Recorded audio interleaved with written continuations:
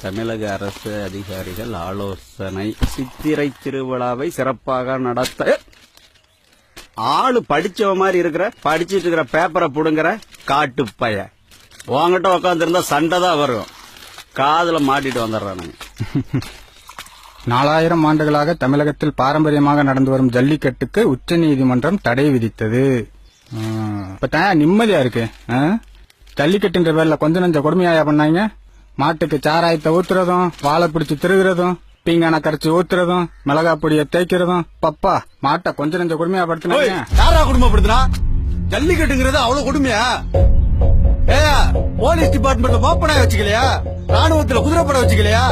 ஏன் நம்ம ஊர் கோயில் யானா சங்கிலியில கட்டி போடலையா? அதெல்லாம் வதையா தெரியலையா?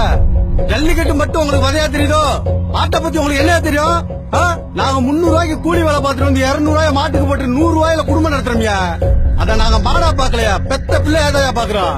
பேப்பர்ல போட்டது தானே சொன்னேன். பேப்பர்ல போட்டிருந்தா எதை வேணாலும் நம்பிடுவீங்களோ? ஏன் இப்பெல்லாம் நீங்க குடிச்சிட்டு இருக்கீங்களே, அது சுத்தமான பால் நினைச்சீங்களா?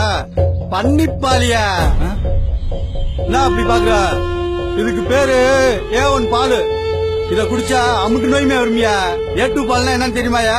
பால்ல அதாயா சுத்தமான நம்ம நாட்டு பாலு. அத குடிச்சா நோய் எதிர்ப்பு சக்தி கூடுமியா. இப்பெல்லாம் இங்க நாட்டு மாடு இருக்கு, அதான் பூரா அழிச்சிட்டு வந்திருக்காங்க இல்லையா? ஜல்லிக்கட்டுக்கு தடை போட்டதுனால வாடிவாசல் போக வேண்டிய காலை பூராமே அநியாயமா அடிமாட்டுக்கு போயிட்டு இருக்கியா. செனை போட காலையே இல்லாம இப்பெல்லாம் மாட்டுக்கு ஊசியை போட்டுதாயா செனையாக்குறாங்க. அந்த ஊசியை விக்கிறதுக்கும் வெளிநாட்டுக்காரன் தாயா கியூல நிக்கிறான். அதுல இருந்து வர அந்த பாலை குடிச்சா வியாதி தாயா வரும். ஏன் அந்த வியாதியை குணப்படுத்த அவனே மருந்தையும் கொண்டு வந்து விற்பான். இது தெரியாம ஜல்லிக்கட்டுக்கு யாரோ தடை போட்டாங்கன்னு நாமளும் வக்காலத்து வாங்கி நிக்கிறோம்யா.